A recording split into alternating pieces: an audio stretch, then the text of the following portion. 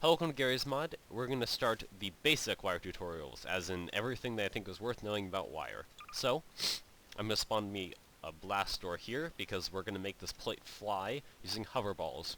Wire hoverballs, because I think it's a good introduction to, wire, because it does inputs, outputs, and, it works at the end. So, what we're going to do is go to the physics thing, because what we want is the hoverballs, which are under physics force.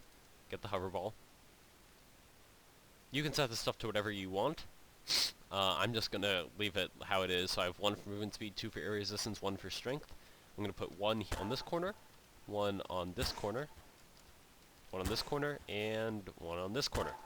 Now, if you just let it go, your plate should hover. Assuming you've done that, now your plate hovers.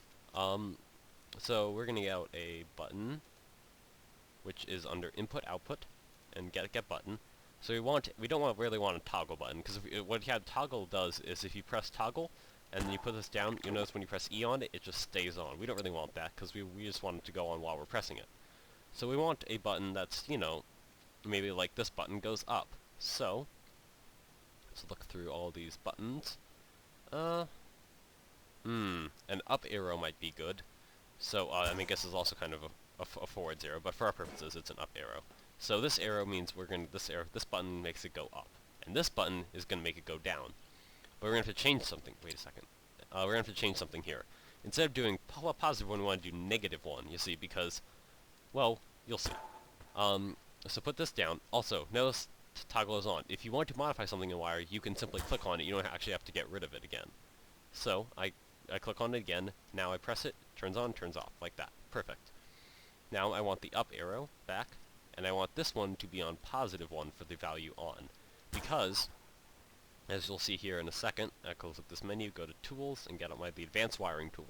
So you see the 3 inputs for here are Z velocity, hover mode, and set Z target. Wiremod works on inputs and outputs, and it's transformed sort of inside of the object, but you don't really see it happening. Unless you do E2, and I have tutorials for that, but you should probably do this first. So inputs are data going in. For example, Z velocity. We want to give it a number forward Z velocity to tell whether or not it's moving up, down, or not at all. Right now it's moving not at all.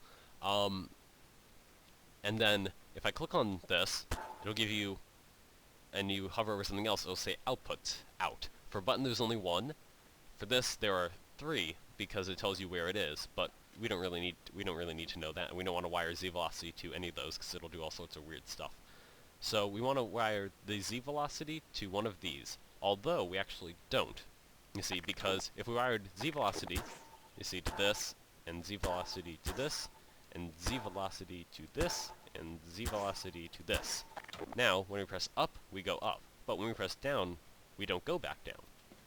So then, if we wire this to the down button, now, you see, we can go down, but we can't go back up.